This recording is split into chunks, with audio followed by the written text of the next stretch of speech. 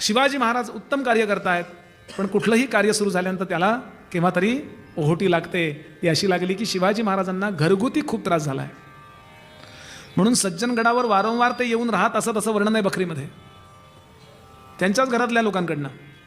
सईबाई जोपर्यंत होत्या, संभाजी महाराजांची आई, तोपर्यंत त्यांना सांभाळणारं एक पॉवर हाऊस घरात होतं.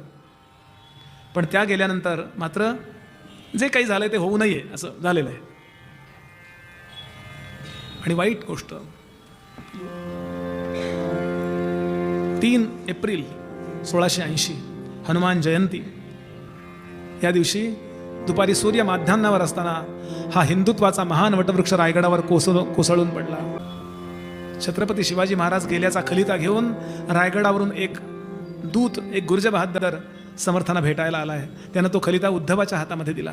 उद्धव आणि अक्कास्वामी त्यावेळेला गडावर आहेत.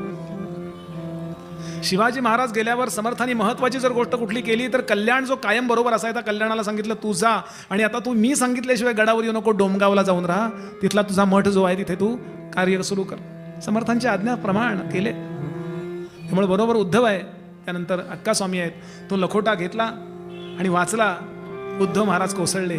अक्कास्वामींच्या डोळ्यातनं गळगळ पाणी वाहायला